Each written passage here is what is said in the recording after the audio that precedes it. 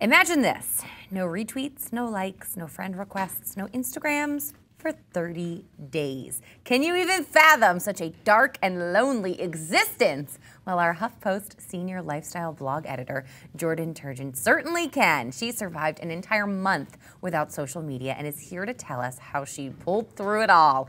30 days! 30 days. I did a week and it was interesting, but what was 30 days like?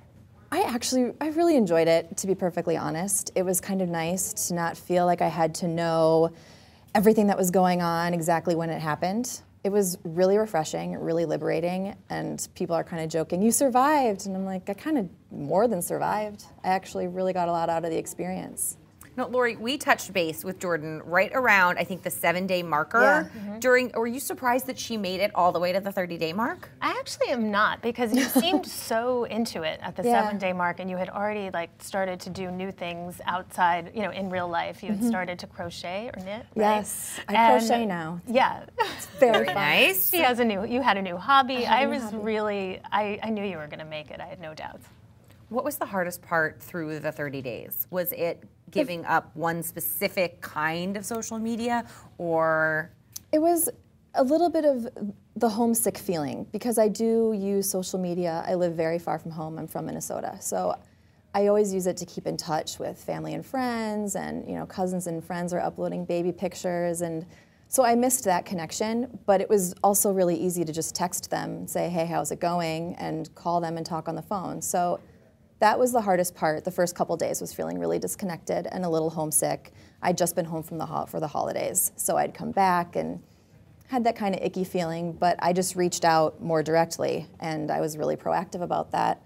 So it worked out okay. When I went off social media for just a week over the holidays, which seemed like a difficult time to do it because you wanted to see what everyone was doing and you wanted to let everyone know what you were doing, I found the hardest part, or the most challenging part, going back in to social media and the tech world afterwards. And you were lovely enough to keep us along your journey. In your latest one, I quit social media for 30 days. Now what?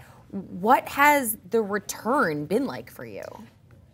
It hasn't been much of a return. I went back to Twitter because I need that for work. It's important that I use that platform. And that's always been the platform that I use pretty responsibly. I don't get too hooked. It doesn't bring up those icky, uncomfortable, discontent feelings.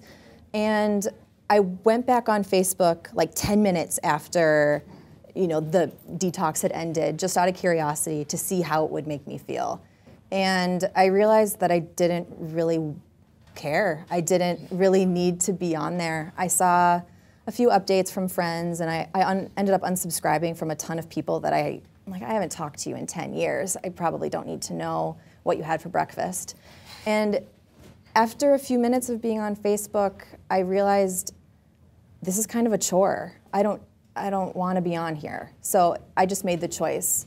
If I had enjoyed the experience of being on Facebook, I probably would have kept scrolling through and gotten myself updated, but I wasn't enjoying it, so I just logged off. I had an experience during this detox. I had an opportunity to interview someone for a piece for work that is someone I wanted to meet since I was 12 years old. It was a former Olympian. It was a huge deal for me. And after the fact, I had this feeling of who it was. Peekaboo Street. Okay, there we go. I had to know who it was. And I had talked to my parents, and they were like, oh my gosh, this must be such a huge deal for you. And after the interview, I had this instinct of, I want to share this with the world. I'm so excited. This was a huge career high for me. And then when I couldn't share it with everybody, I thought, okay, who would really understand my excitement?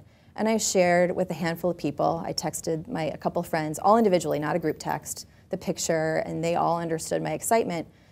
But it really made me think about why I wanted to originally share that. Was it because I was excited about a career opportunity, or was I trying to brag? And it made me feel really gross for a little bit, that why did I really want to post this? And I think that's exactly it. I was thinking, oh, this is so exciting and everybody is going to see, and I was looking for some kind of validation, and that I didn't need. And once I got past that moment and I shared it with a few close people and they were excited for me, I was able to move on from that. And I was very aware that that was happening in that moment.